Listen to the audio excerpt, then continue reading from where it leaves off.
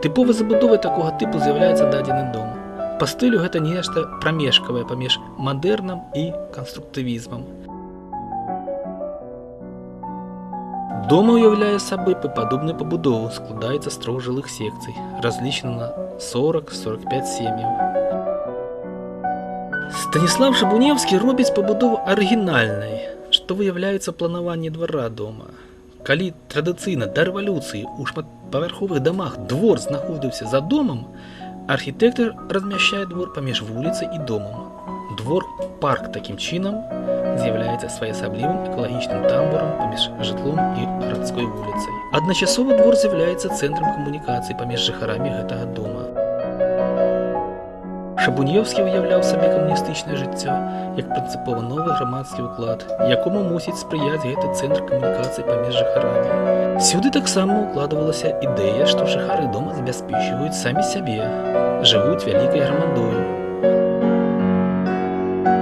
Дзеля гэтага на цокальным паверсе, а таксама ў бакавых памяшканнях правай і левай блок-секцый размяшчаюцца памяшканні для пабытовага абслугоўвання, а таксама памяшканні сталовай грамадскага харчавання, дзе жыхары меліся заставацца на дзяжурства і гатаваць ежу на ўвесь дом.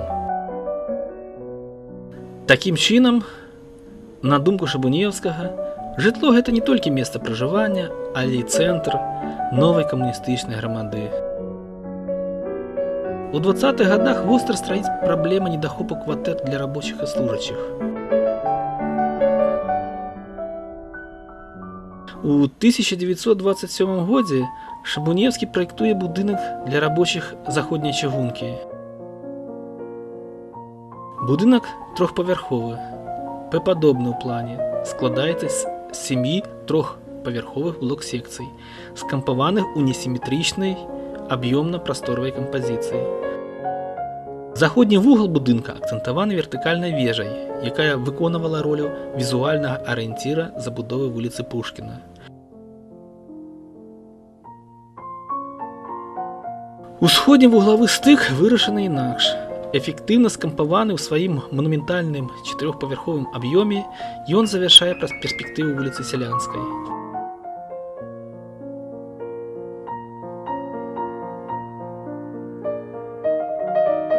У 20-х годах вуліца Сялянская была забудавана інакш, таму гэты будынак у той час уражваў сваёй манументальнасцю, з'яўляўся своеасаблівым эталонам і арыенцірам для дальнейшай забудовы.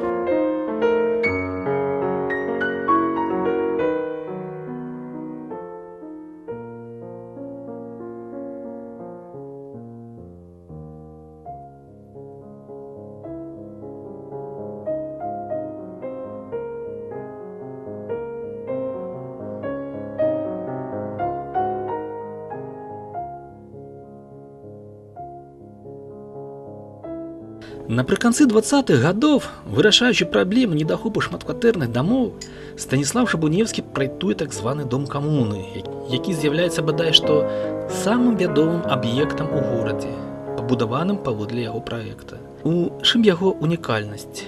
Гомель да пачатку 30-х гадоў быў максімум 2-3павярховым. Станіслав Шабуневскі пачынае будаваць 6павярховы дом. Для Гомеля это была рэвалюцыя. Па-другое, дом быў задуманы ў стылі канструктывізму. Часам людзі з узростам становяцца больш кансерватыўнымі і ім цяжка ўспрымаць нешта новае. Прайшоўшы шлях ад класіцызму да мадэрну і ад мадэрну да рэтраспектывізму, Станіслав Шабуневскі ў свае 62 гады засвойвае прынцыпова новы стыль, стыль канструктывізму.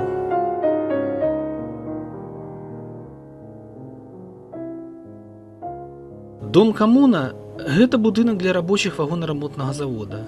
Упершыню ў гісторыі Гомеля будуецца 6павярховы дом, у якім флангавыя блокі 7павярховыя.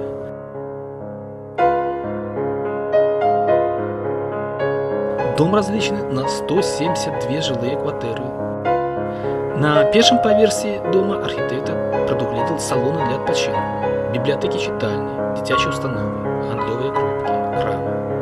На цокальным паверсе будынка размяшчаліся памяшканні пабытовага абслугоўвання, месца для прання і сушэння бялізны. Такім чынам, дом камуна меўся стаць узорным жытлом для новага камуністычнага ладу, дзе б людзі не толькі жылі, але і вялі супольнае жыццё. Канец 20-х гадоў. Пасля канструктывізму дома камуны Станіслав Шабуневскі вяртаецца да сваіх вытокаў, да некласіцызму, да эстэтыкі ў архітэктуры. Эпоха бальшавікоў у 20-30-х гадах гэта эпоха разрыву з усімі папярэднімі традыцыямі. Станіслав Шабуневскі з гэтым катэгарычна не згодны, пра што сведчыць ягоная апошняя пабудова ў Гомелі. Ён спраектаваў новыя будынкі і арганічна ўпісваў іх ва ўжо дзейны комплекс будынкаў на дадзенай вуліцы, тым самым не парываючы з традыцыяй, а накладваючы новае на старое, як на падмурак. Так не будаваў пры ім ніхто ні ў Гомелі, ні ў Савецкім Саюзе.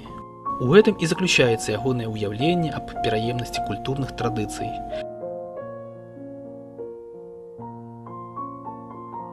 Арыгінальнасць пабудовы ў тым, што гэта комплекс жылых будынкаў, якія размяшчаюцца па розныя бакі вуліцы і выяўляюць люстэркавае адлюстраванне адзін аднаго.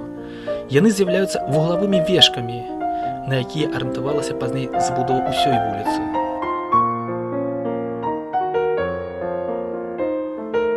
На жаль, падчас Другой сусветнай вайны гэтыя будынкі былі разбураны і пазней адноўлены ўжэ не па першапачатковым праекце.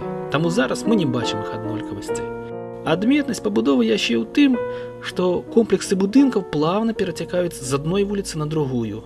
Уражвае менавіта адсутнасць рэзкасці, якая была характэрна для савецкага канструктывізму. Грошы на будаўніцтва выдаткоўваліся вельмі абмежаваныя. Таму пабудовы канструктывізму былі, як правіла, тыпавымі, без усялякіх упрыгожванняў. Але Шабуневскі не можа абысціся без іх. Перад намі элементы неакласіцызму, тое, з чаго пачынаў Шабуневскі.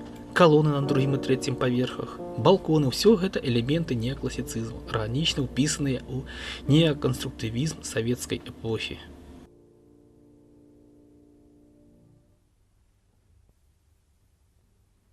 Творчы шлях Станіслава Шабуневскага быў гвалтоўна перарваны.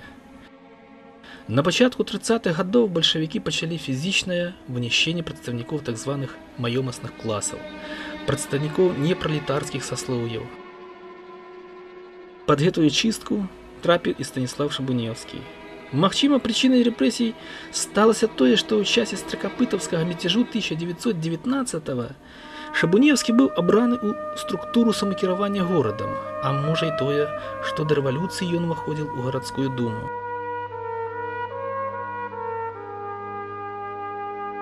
Але, відаць, самай галоўнай віной было яго шляхецкае паходжанне. У лютым 1931-го Шабуневскага арыштавалі, абвінавачыўшы ў так званай праватрацкійскай змове. Абвінавачанне было абсурднае, бо архітэктар да канца жыцця быў каталіком. Таму трацкістам і атэістам ён быць не мог.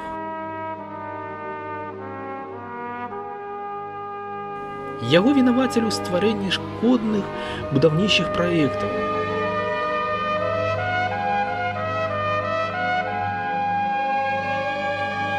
Шабуневскі быў асуджаны на 10 год папраўчых працоўных лагераў. Архітэктар удзельнічаў у будаўніцтве Беламорскага канала ў раёне Мядзведжай гары. Невядомы час яго смерці. Паводле афіцыйнай версіі, ён памёр у 1937 годзе, а магчыма, яго расстралялі адразу пасля прысуду. Лёс ягонай сям'і склаўся трагічна. Жонка Ксенія Александровна кахала яго да канца жыцця. Пасля арышту Шабуневскага з ёй стаўся нервовы прыступ. Рэшту жыцця яна хварэла і памерла ў 1936, была пахавана ў Гомелі. Ягоная дачка Людміла марыла стаць актрысай і паступіць у тэатральны інстытут, але для дачкі ворага народа гэта было немагчыма. Яна скончыла курсы медсестёр і ўсё жыццё працавала медработнікам у адным з маскоўскіх тэатраў, каб тым самым быць бліжэй да тэатральнага мастацтва. У 1942 годзе, падчас Вялікай Адчыннай вайны, яна памерла ад дыстрафіі. Такі лёс вялікага мастака, лёс ягонай сям'і. У 1957 годзе справа Шабуневскага была перагледжана.